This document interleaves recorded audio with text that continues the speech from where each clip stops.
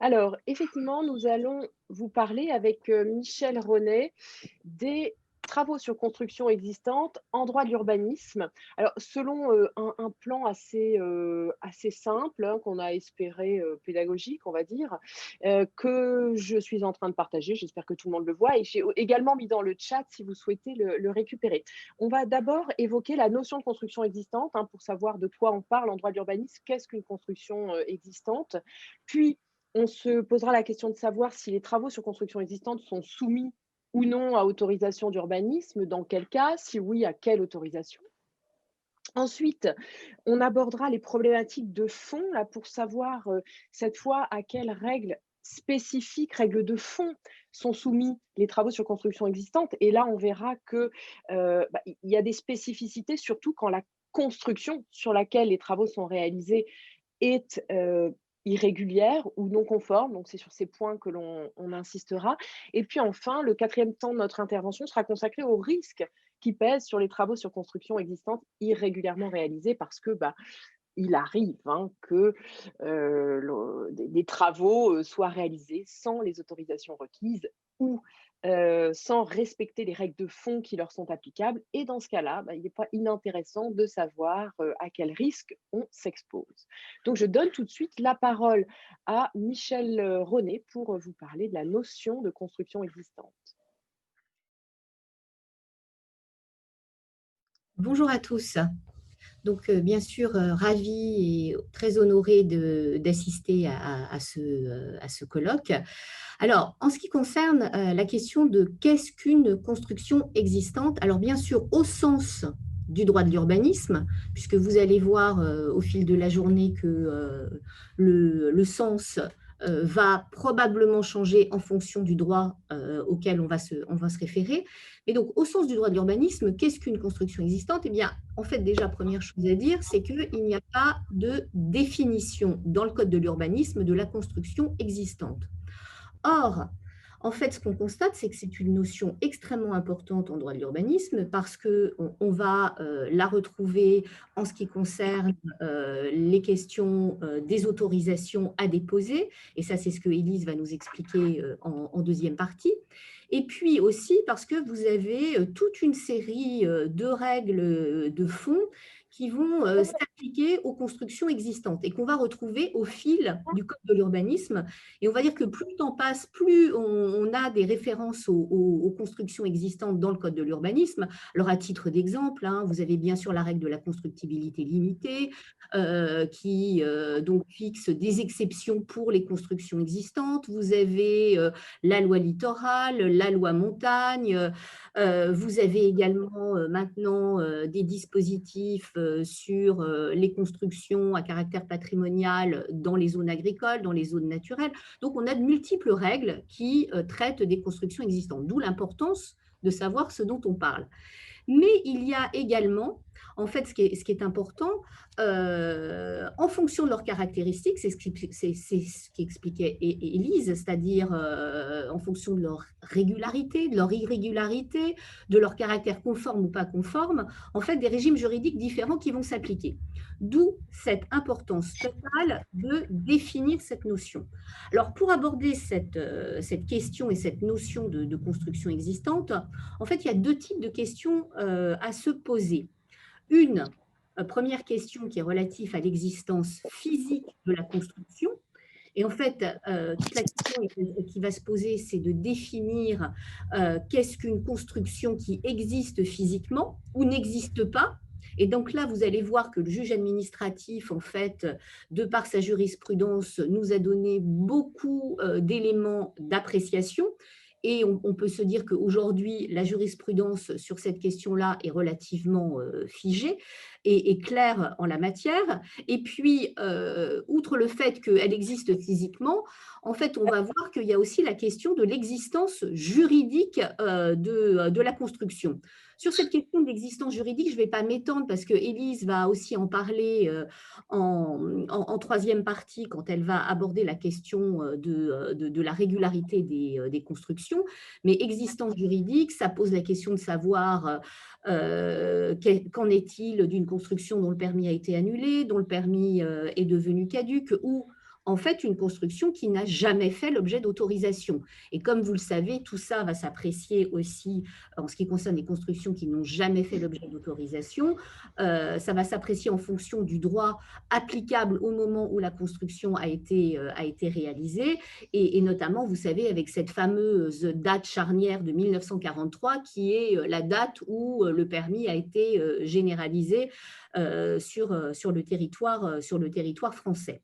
Donc ça, c'est la question de l'existence juridique qui, en fait, est une notion, enfin un sujet un peu fictif qui a été mis en place par le Conseil d'État en ce qui concerne l'existence juridique d'une construction. Mais on en parlera plus tard. En ce qui concerne l'existence physique des constructions. Donc là, en fait, il y a deux questions, enfin deux façons d'aborder la question, ce sujet, qui doivent être abordées en fonction des circonstances et en fonction du point de savoir pourquoi on se pose cette question.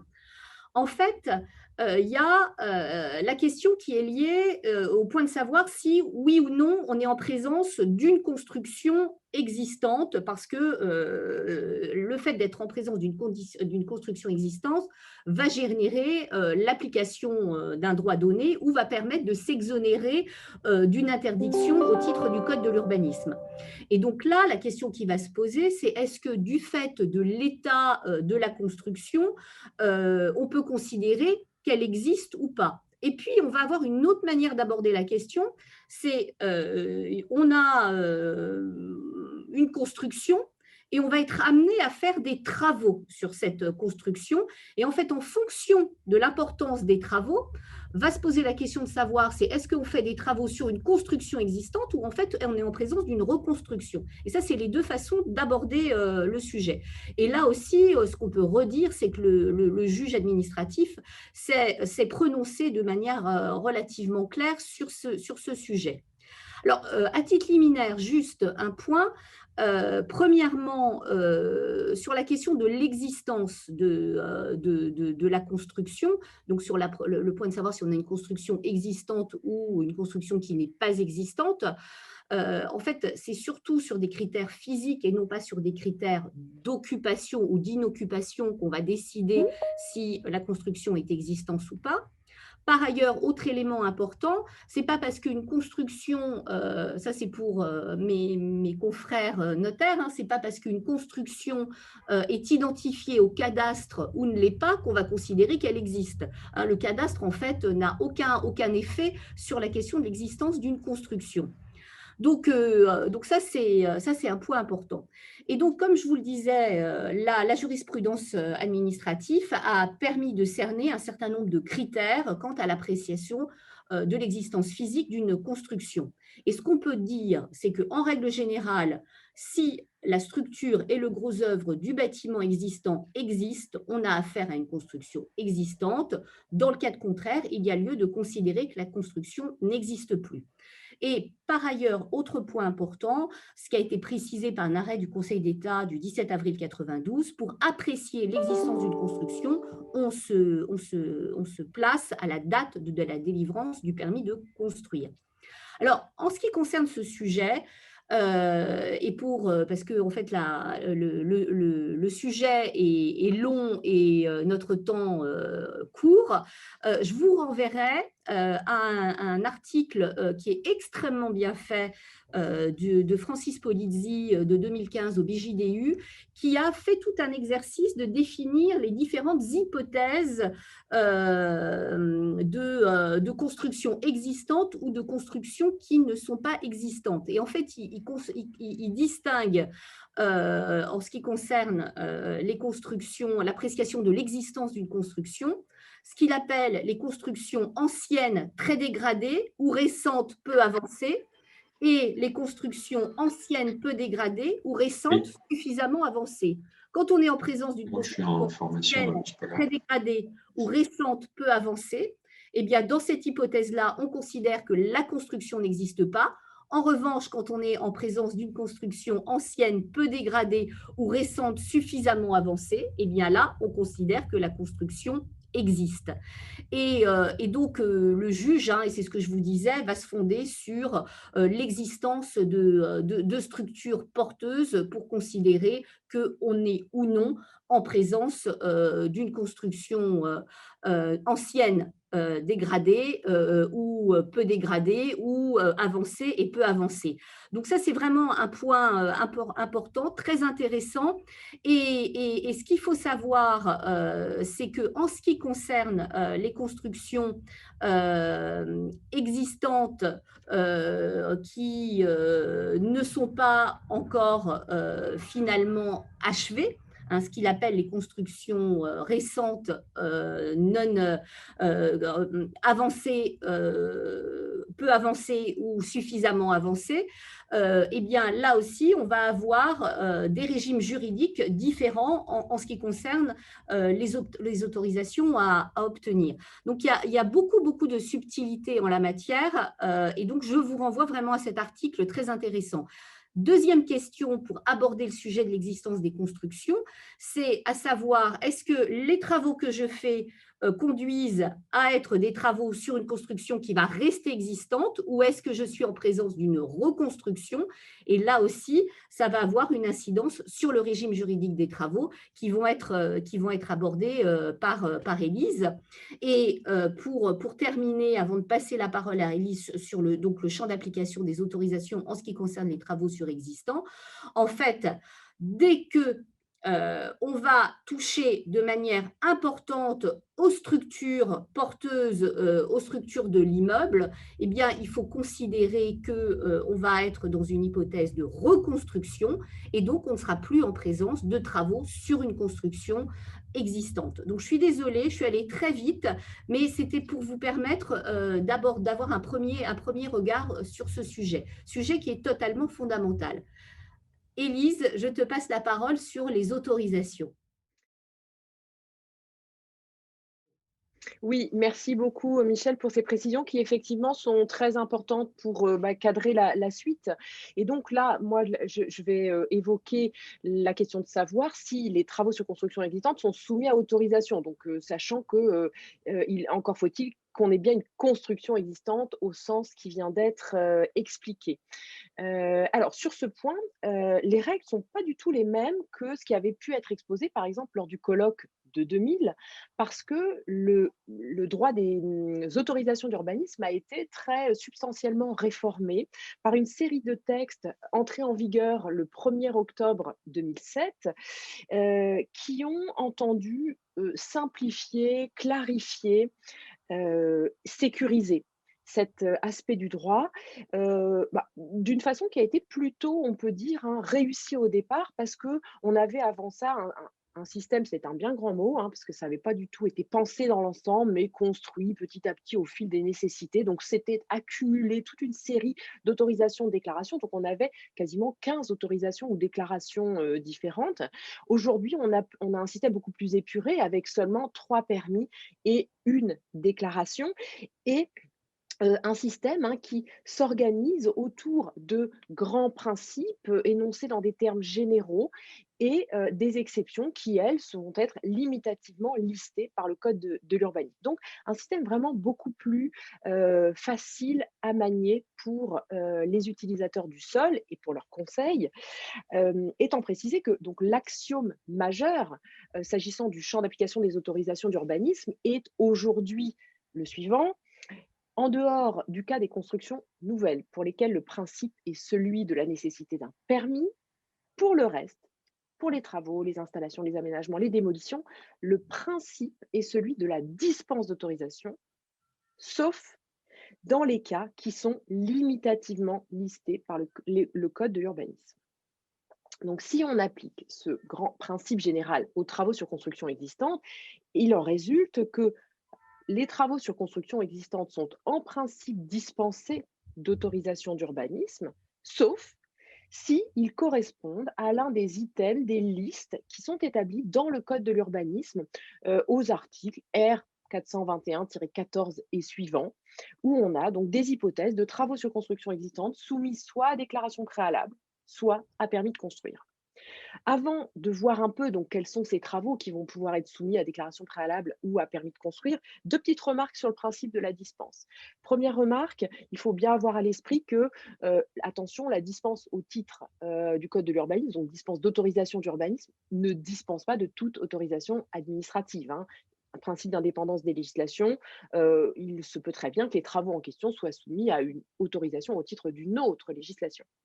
Deuxième remarque, on s'apercevra, quand je vais développer un tout petit peu, que le champ de la dispense est en réalité assez réduit, hein. Finalement, on bascule assez vite dans le champ de la déclaration préalable ou du permis de construire.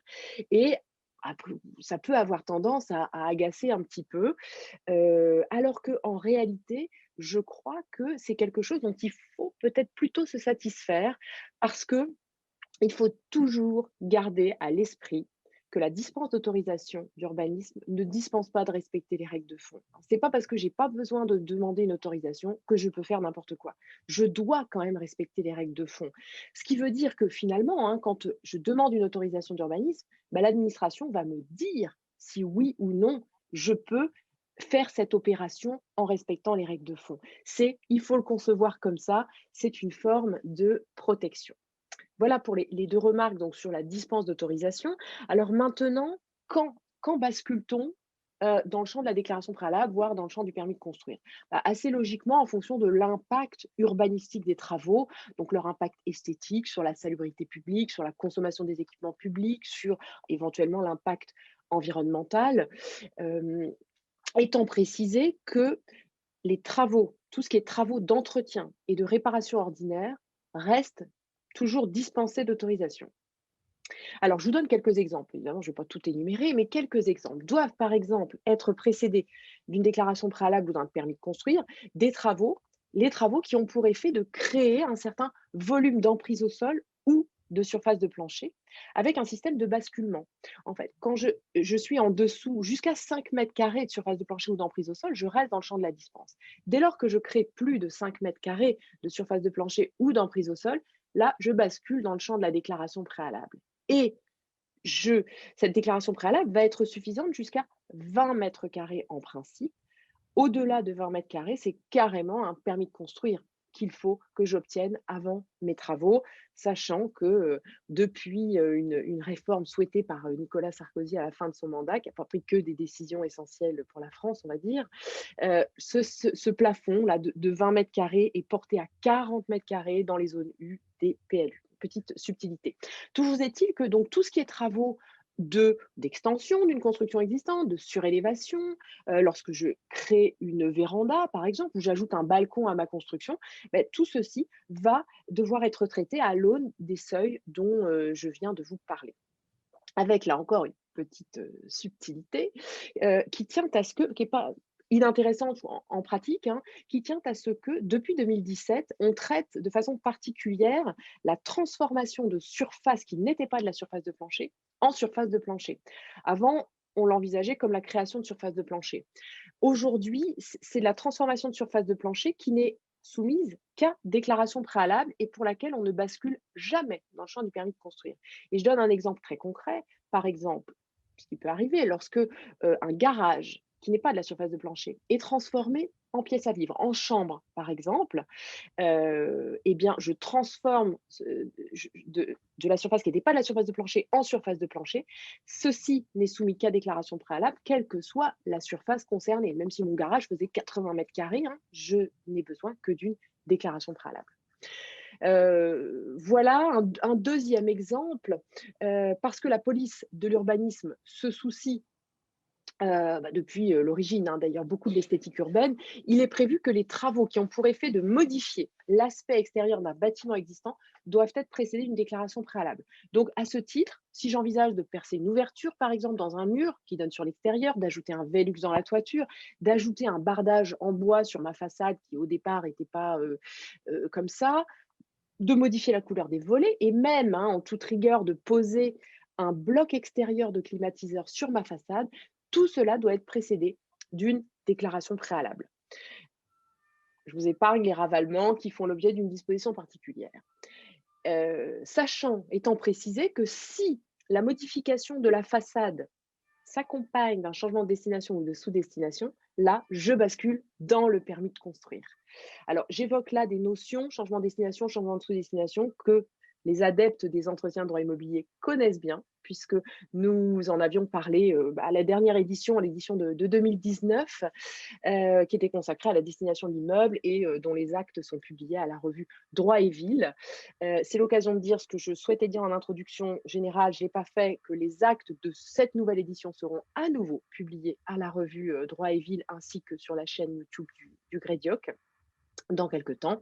Alors, pour ces changements de destination de sous-destination, je rappelle simplement que le principe pour les changements de sous-destination, c'est celui de la dispense, dès lors que je reste dans une même destination.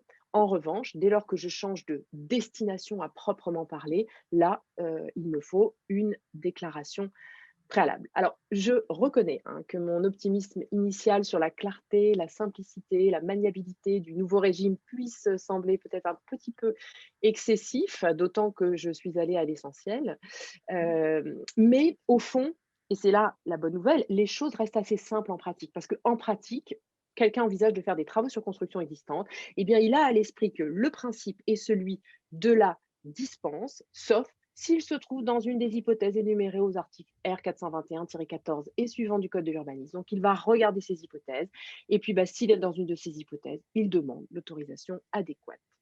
Venons-en à présent aux règles de fond qui s'appliquent aux travaux sur construction existantes, non conformes ou irrégulières. Comme je le signalais tout à l'heure, si la construction existante est régulière, il n'y a pas vraiment de sujet en fait. On va appliquer aux travaux le bloc de légalité qui est normalement applicable à toutes les utilisations du sol. Là où il y a une vraie spécificité, s'agissant des travaux sur construction existante, c'est lorsque cette construction de base est irrégulière ou non conforme. Je donne sur ce sujet de la construction non conforme la parole à Michel René.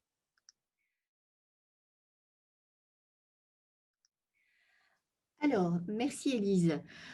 Donc, sur la question des travaux sur une construction existante régulière, mais non conforme aux règles en vigueur, qui vont pouvoir être autorisées sous certaines conditions, ce régime a surtout été fixé par la jurisprudence et notamment par un fameux arrêt que tout le monde connaît, l'arrêt Séclair, dont je dis, c'est un arrêt qui m'amuse beaucoup toujours, parce que quand je le cite aux étudiants qui n'en ont jamais entendu parler, ne l'écrivent pas du tout comme il s'écrit, hein, S-E-K-L-E-R. Donc ça, c'est vraiment un arrêt important et qui fixe tout un régime juridique et qui, au fil de la jurisprudence, et finalement, le Conseil d'État finalement redit ce qu'il a dit et c'est un arrêt qui est toujours conforté par le Conseil d'État. Maintenant, c'est un arrêt qui date de 88, on est en 2021, cet arrêt a toujours finalement sa même aura et son même rayonnement sur les travaux non conformes aux règles d'urbanisme. Alors, sur les constructions existantes non conformes aux règles d'urbanisme. Alors, de quel type de construction on parle? En fait, on parle de deux types de construction. Alors, un cas, on va dire, marginal, qui est les constructions dont le permis a été déclaré, dont le permis initial devenu définitif a ensuite été déclaré illégal, et donc tout ça a fait naître des droits acquis. Mais surtout, le plus souvent, c'est quand on est en présence d'une construction qui était régulière, conforme à la réglementation d'urbanisme au moment où elle a été édifiée et qui est devenue non conforme compte tenu de l'évolution des règles d'urbanisme. Et pour vous donner un exemple en la matière assez frappant, je vous m'excuserai, alors même que nous sommes à Aix virtuellement, Aix-Marseille virtuellement, de vous donner un exemple parisien. Vous savez, à Paris, la règle d'urbanisme a été fondée sur les règles liées à la construction selon le mode haussmannien, hein, construction en limite séparative, construction de limite séparative à limite séparative, à l'alignement et fonction des règles de gabarit tout à fait particulières. Entre 1960 et 1977, avant l'approbation du premier POS de Paris, en fait, on a eu une période qui est la période du PDU, du plan d'urbanisme de Paris, où en fait, ces règles haussmanniennes n'ont plus du tout été respectées, où on a permis de construire haut, de plus être à l'alignement, plus en limite séparative. Et donc, ce qui fait que… et alors, le poste de 77, lui, est revenu finalement on va dire, à la forme, au volume haussmannien. Alors, il y a des nuances, bien sûr, mais on est revenu à ça. Et en fait, ce qui fait qu'à Paris, ben, vous avez, et c'est assez frappant quand vous vous baladez, hein, même dans les quartiers haussmanniens, en fait, un certain nombre de constructions qui ne sont pas qui sont parfaitement régulières, parce qu'elles ont été construites dans les années 60-70 en fonction d'un règlement d'urbanisme, mais qui, en fait, aujourd'hui, ne sont plus du tout conformes à la volumétrie qui résulte des règles d'urbanisme du PLU de Paris. Donc, c'est vraiment intéressant. Et donc, il y a énormément de constructions qui sont dans cette situation. Donc, c'est vraiment un sujet, très, très important. Alors, vous allez voir que, en fait, le Conseil d'État, dans l'arrêt C'est clair, vous donne la recette, vous donne la règle sur la manière dont il faut faire des travaux sur ces constructions existantes non conformes à la réglementation d'urbanisme. Alors, que vous dit C'est clair? Je vais vous le lire, hein, parce que c'est important.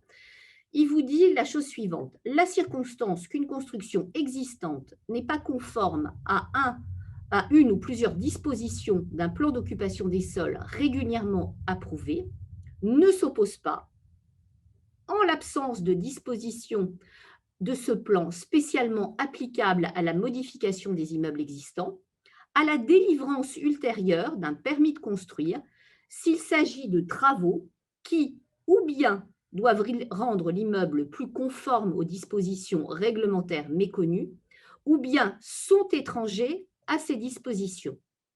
Et donc, en fait, l'arrêt C'est clair distingue deux grandes hypothèses.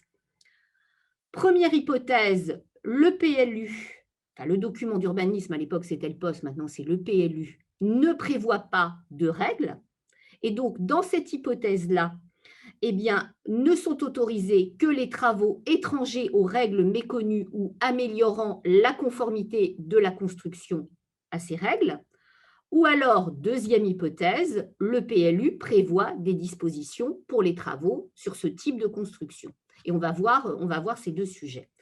Donc, en ce qui concerne la première hypothèse, c'est-à-dire le PLU ne prévoit pas de règles spécifiques sur les constructions non conformes.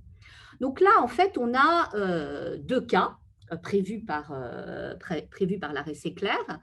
Je peux faire des travaux qui sont étrangers aux règles méconnues. Donc ça, c'est premier type de travaux que je peux faire. Et là, on va dire que le Conseil d'État a été amené à se prononcer à plusieurs reprises sur ce qu'il fallait entendre par travaux étrangers aux règles méconnues. Sachant que la manière dont le Conseil d'État apprécie les choses, il les apprécie de manière plutôt restrictive. Et donc, en fait, qu'est-ce qu'on a comme exemple de travaux étrangers à la règle méconnue?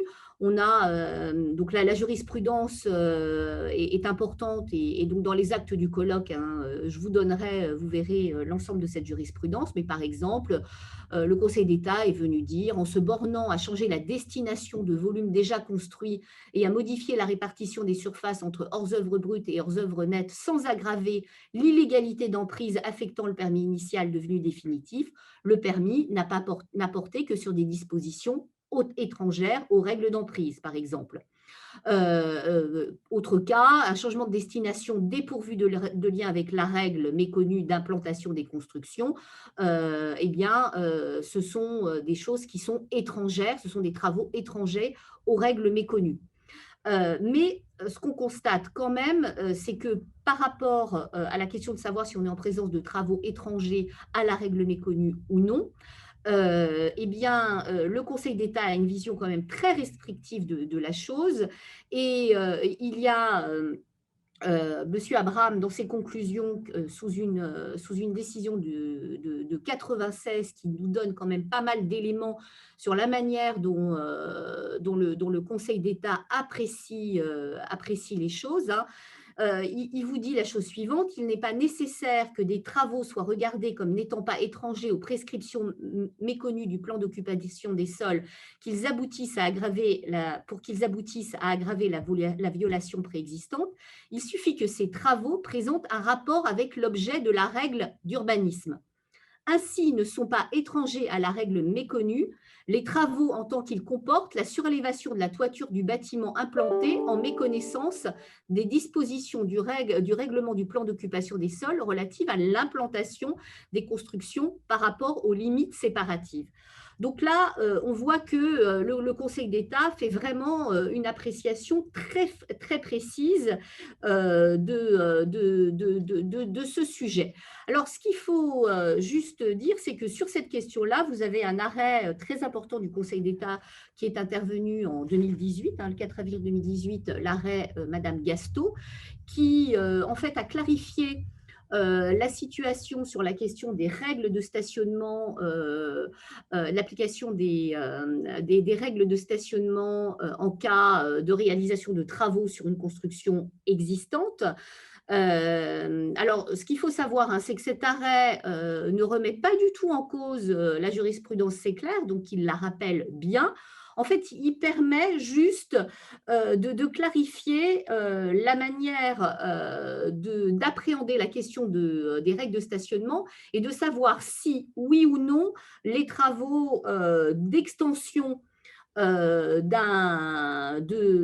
bâtiment et notamment d'extension de logement vont ou non avoir des incidences sur les règles de stationnement et s'ils sont ou non des travaux étrangers aux règles méconnues en ce qui concerne le stationnement.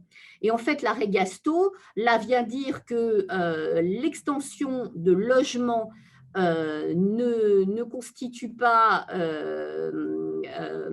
est possible parce que, au regard des règles de stationnement, parce qu'en fait, la règle de stationnement est une règle qui est liée la règle de stationnement fixée est une règle qui est fixée en fonction du nombre de logements et non pas en fonction du nombre de mètres carrés. Et donc, à partir du moment où vous ne faites qu'étendre un logement existant, mais que vous n'en augmentez pas les mètres carrés, eh bien, dans ce cas-là, le Conseil d'État considère qu'il n'y a pas, que les travaux sont étrangers à la règle méconnue et donc peuvent être effectivement réalisés. Donc ça, c'est intéressant et ça clarifie ça clarifie, on va dire, une jurisprudence importante qui était intervenue sur la question des règles de stationnement. Par ailleurs, autre hypothèse où vous pouvez réaliser des travaux, c'est quand les travaux que vous allez réaliser améliorent la conformité de la construction par rapport aux règles méconnues. Donc, par exemple, vous avez un immeuble qui ne respecte pas la règle de hauteur.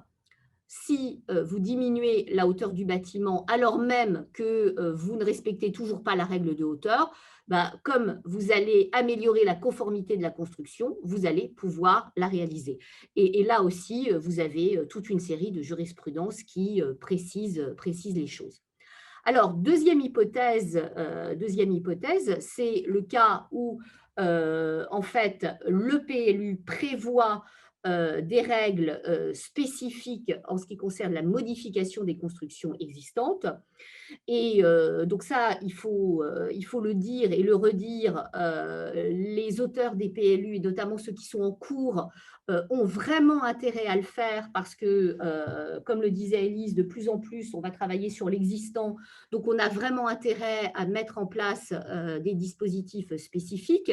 Et quand on lit les PLU, on voit bien que les PLU utilisent avec finalement beaucoup de parcimonie ce que le Conseil d'État leur avait permet aux auteurs du PLU.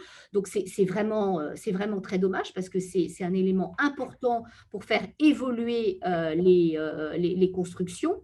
Ce qu'il faut savoir, c'est que quand on a des règles spécifiques, le rapport de présentation oblige à ce qu'on justifie l'application, qu'on justifie les règles qu'on décide de mettre en place. C'est ce qui est prévu à l'article R151-2, deuxièmement du Code de l'urbanisme. Et puis, par ailleurs, ce qui est très important, et le Conseil d'État l'a dit dans un arrêt de 2016, c'est que, en fait, pour que le régime du PLU s'applique, il faut qu'il soit clairement exprimé en tant que tel. C'est-à-dire que, en fait, le Conseil d'État va apprécier les choses de manière très restrictive. Juste un exemple pour terminer. Le PLU de Paris actuel et le PLU de Paris futur, bien sûr aussi, s'est approprié la possibilité ouverte par le Conseil d'État, sachant que donc il y a un certain nombre de règles spécifiques en matière de stationnement, d'espace libre, de hauteur, où il y a des dispositions spécifiques qui s'appliquent, mais le PLU de Paris a aussi poser une règle générale qui est la suivante. Lorsqu'une construction existante n'est pas conforme aux dispositions applicables dans la zone où elle se situe, l'autorisation d'exécuter des travaux ne peut être accordée que pour des travaux qui n'aggravent pas la non-conformité de la construction avec ces dispositions ou sont sans effet à leur égard. Donc le Conseil d'État, enfin la ville de Paris a réécrit en fait un principe et finalement qui est plus facile à appliquer que c'est clair.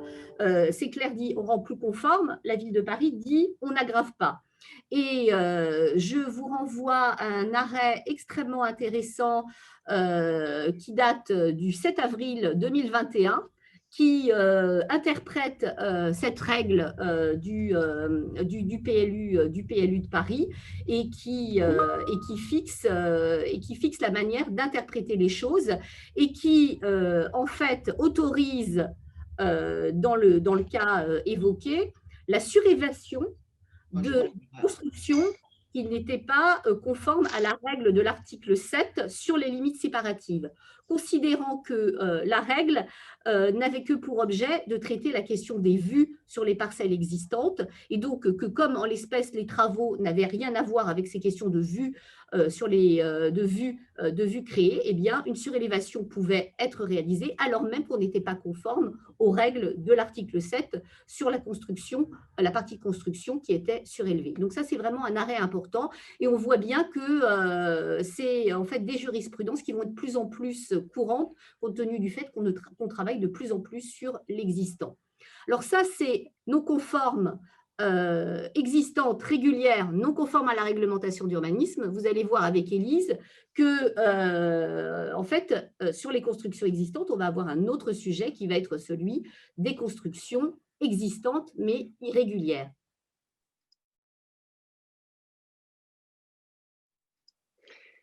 Oui, merci Michel. Alors, je vois le temps qui passe et je me dis qu'on va peut-être, enfin, on va consacrer du temps à ça qui est vraiment le cœur du sujet. On ira vite, très vite sur notre dernier point.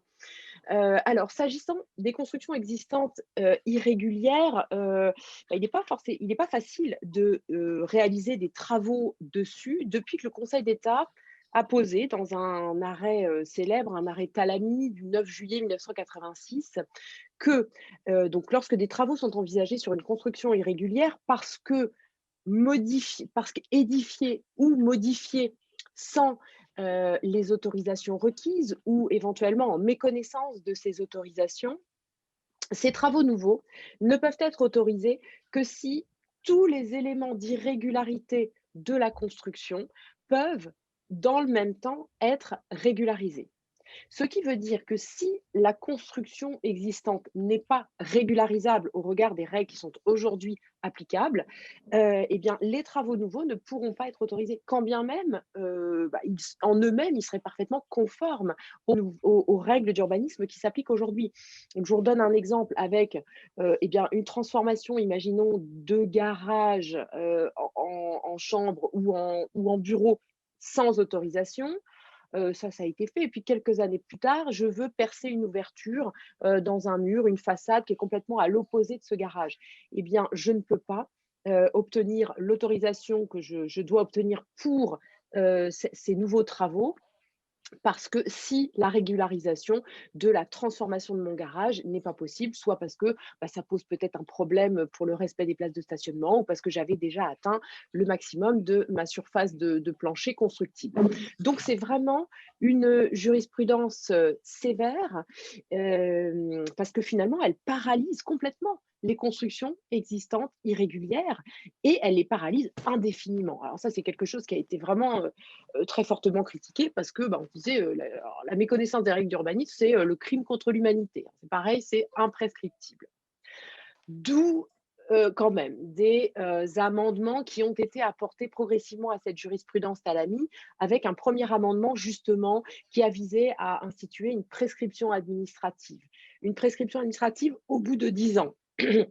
Alors ça, c'est le législateur, hein, qui est venu, comme ça, instituer cette prescription, mais de façon un peu ambiguë parce qu'en réalité, les 2 chambres du Parlement n'étaient pas d'accord. La première chambre a posé le principe d'une prescription administrative au bout de 10 ans. Donc l'idée, c'est de dire, hein, on ne peut pas refuser un permis sur une construction irrégulière quand l'irrégularité a plus de 10 ans. OK.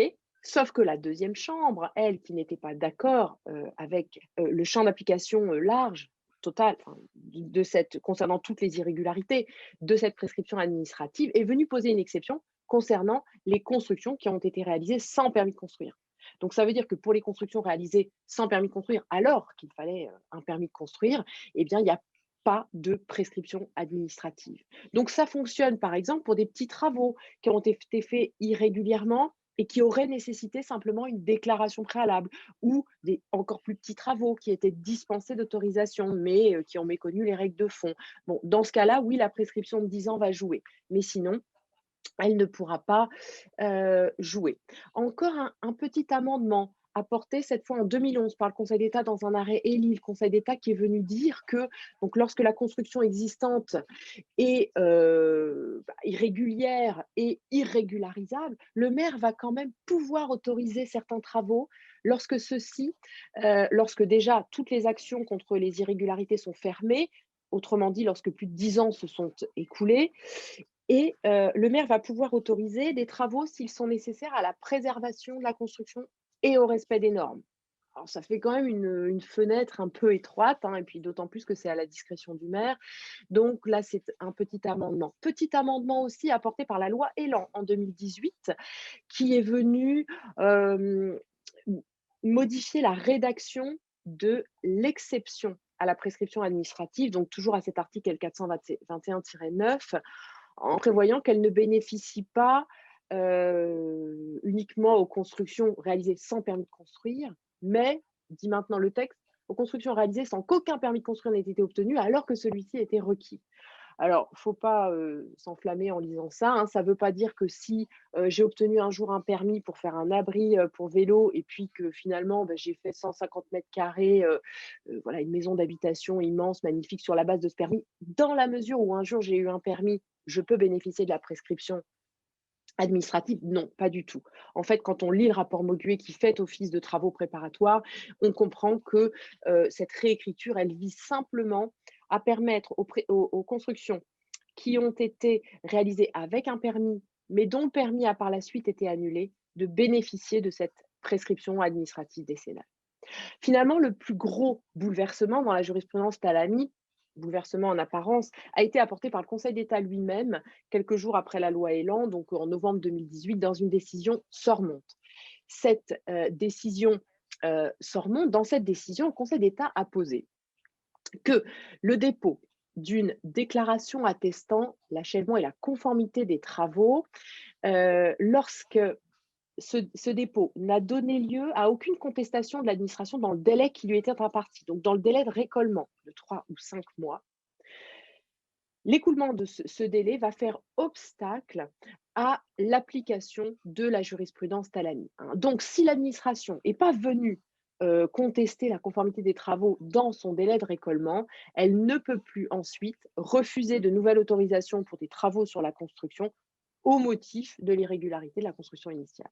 Donc a priori, c'est vraiment, un vrai cadeau, hein, fait aux administrés, d'autant plus que cette jurisprudence, enfin, comme toujours la jurisprudence, comme toujours les revirements, est rétroactive. Donc ça concerne les déclarations attestant l'achèvement et la conformité des travaux depuis 2007, qui sont déposées depuis 2007. Je dirais à une époque où on avait donc supprimé le certificat de conformité, où l'administration ne se déplaçait plus pour faire des récolements, puisque de toute façon, elle savait qu'elle n'était pas engagée sur l'appréciation de la conformité des travaux. Donc c'est la résurrection du certificat de conformité, hein, tout simplement, par le Conseil d'État, à l'opposé de la volonté des pouvoirs publics, des pouvoirs normatifs. Hem et donc un cadeau fait aux administrés, mais attention, c'est un cadeau empoisonné, parce qu'en réalité, ça n'apporte pas du tout la sécurité juridique que l'on peut espérer en lisant cet arrêt. Parce que finalement, ce certificat de conformité, surmonte, hein, il ressuscite en quelque sorte une décision administrative sur la conformité qui avait été supprimée, et cette décision administrative, eh bien, elle peut nécessairement faire l'objet d'un retrait. Alors, dans les 4 mois seulement, oui, mais quand il y a fraude, sans contrainte de délai, si j'ai un écart important entre ce qui a été autorisé et puis ce qui finalement a été réalisé, est-ce que dans ce cas-là, il n'y a pas fraude et donc possibilité de retrait sans contrainte de délai? Je le pense.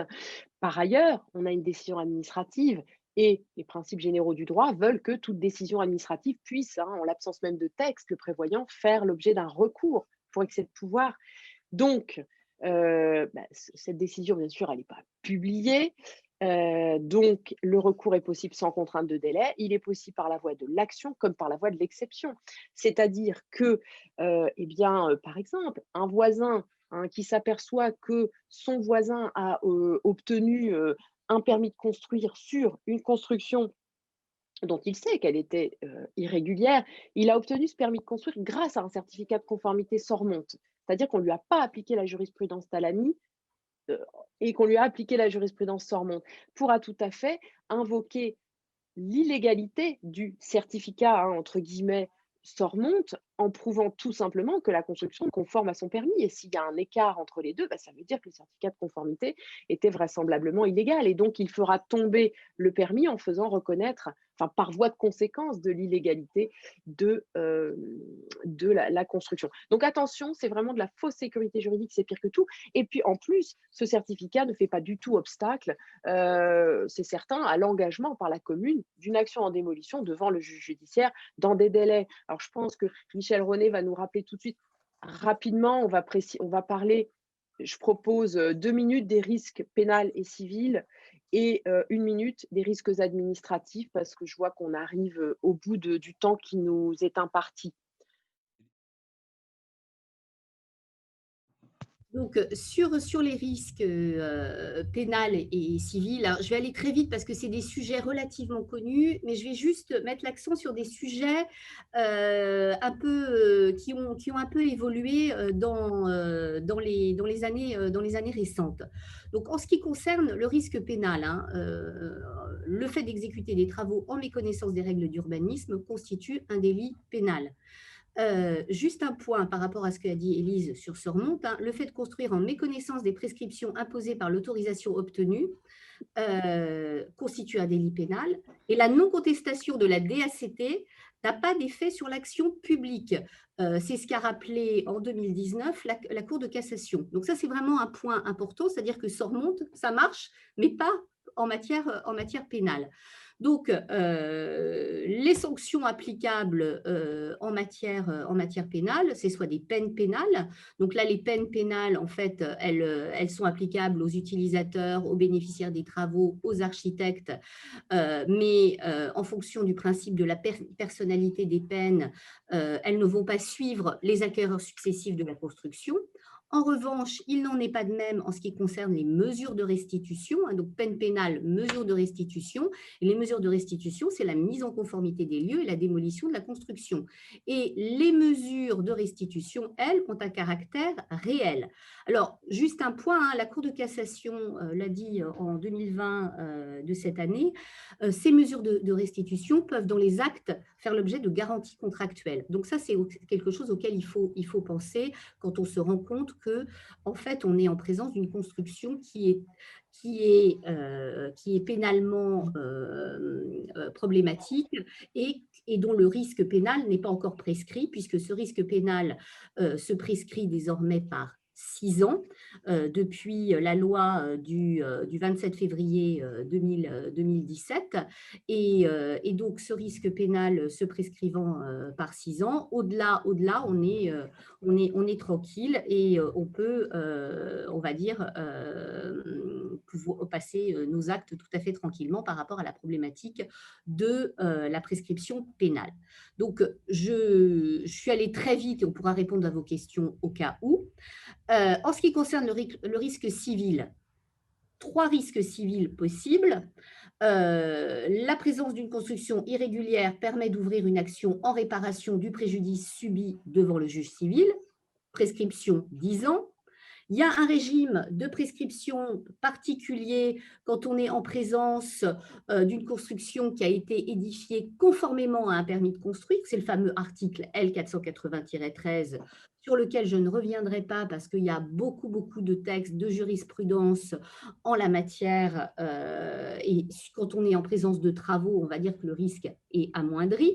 Mais en fait, je voulais attirer votre attention parce qu'il y a beaucoup de jurisprudence qui sont intervenues récemment. C'est l'action ouverte par la collectivité compétente en matière de PLU à l'article L480-14 du Code de l'urbanisme.